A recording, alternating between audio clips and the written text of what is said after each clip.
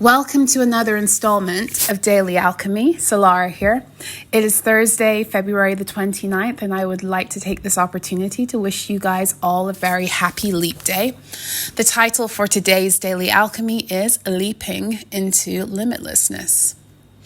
When something is about to shift magnanimously, there is always a time of unexpected chaos.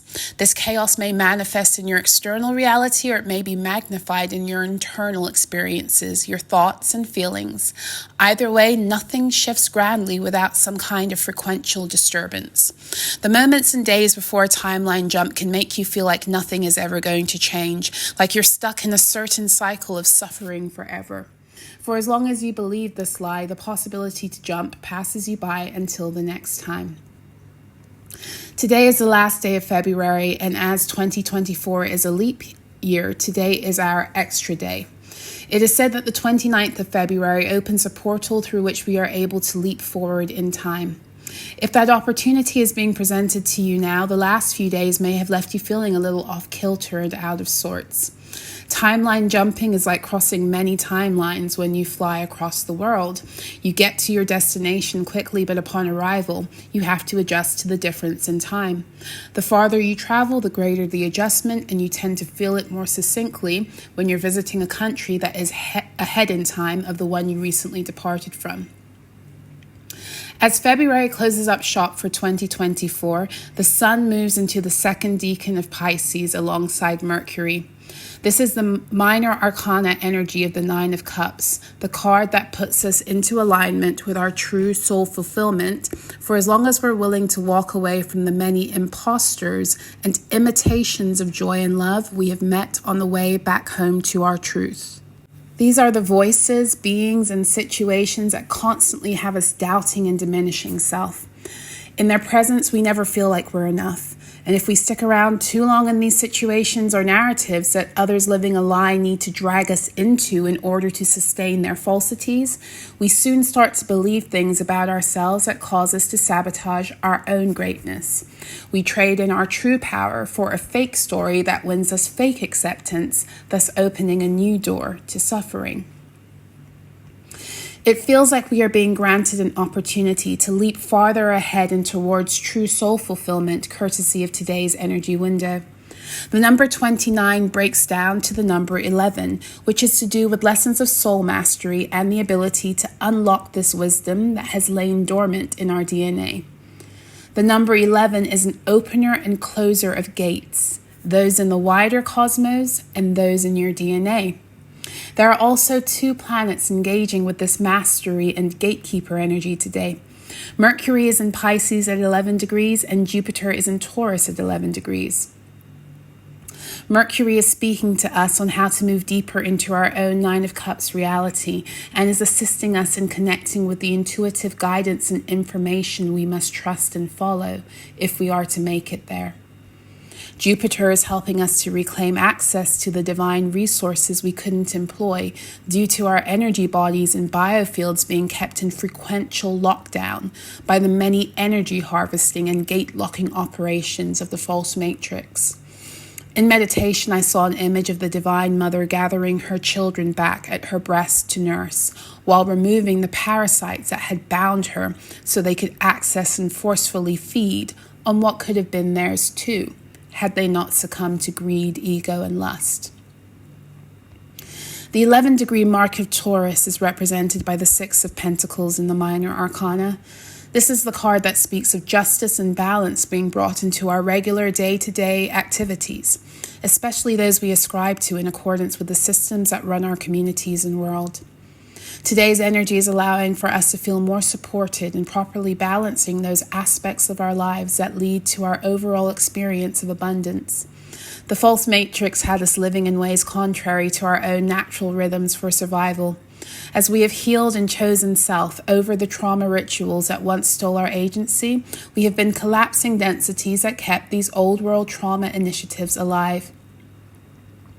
Today feels like a big day in bringing down more of these mindsets, traditions, and habits that we were taught we needed to subscribe to in order to live. But in actuality, these practices were killing us slowly every day, spiritually, mentally, emotionally, and physically. Today feels like another day in which we are given back access to our own gates and gateway system.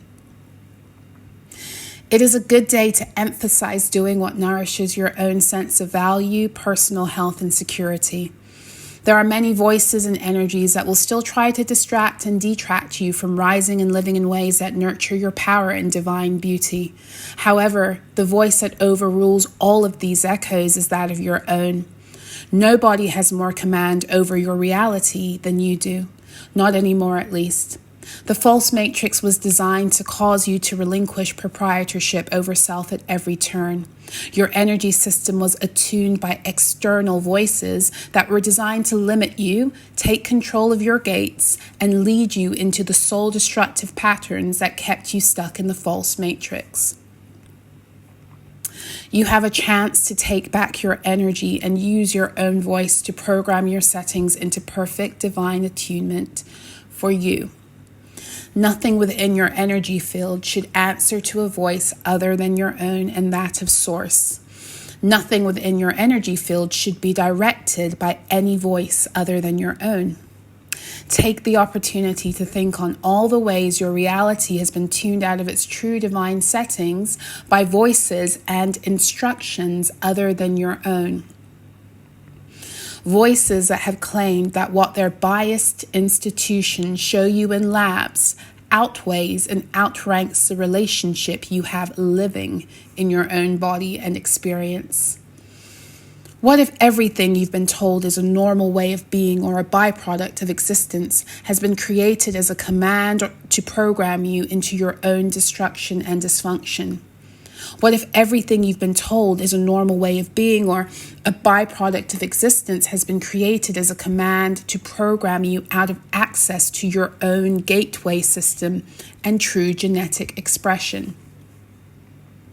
What if sickness and disease is a byproduct of external energies tuning your biofield out of proper regeneration?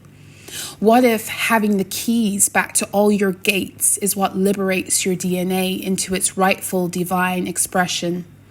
What if these gates can only be unlocked, activated, and connected to via your own voice?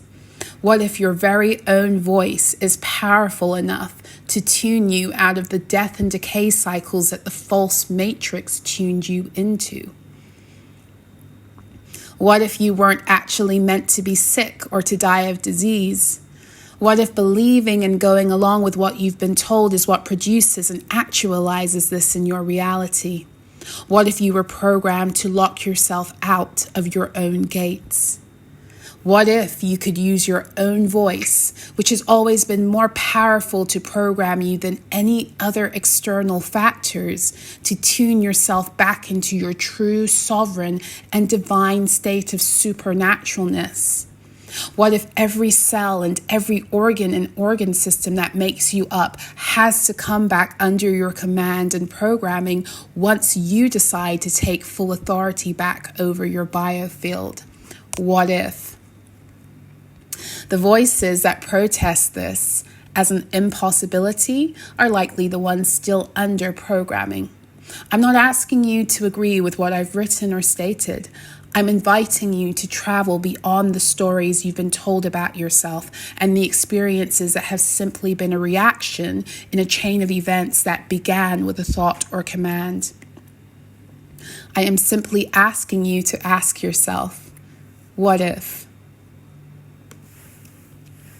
Are you ready to accept that level of power within self?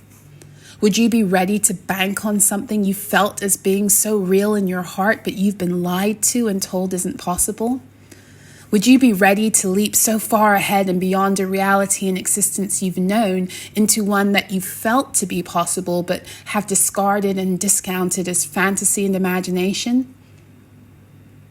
What is keeping that barrier between what is real and what is fantasy intact other than your own beliefs? What is keeping that barrier between what is real and what is fantasy alive other than the gates that you now have access to, but you've been told don't exist? The issue of leaping forward is never down to our ability to do so, but always down to our belief systems around what is possible. How much of what you've been taught and have even experienced as being real are you willing to sacrifice in order to access your divine truth? This is the energy that today is allowing for us all to engage with and explore. Where it takes us all, however, is down to how far we are able to break past barriers erected in our own minds, designed to keep us under the command of a voice that is not our own, while believing that it is.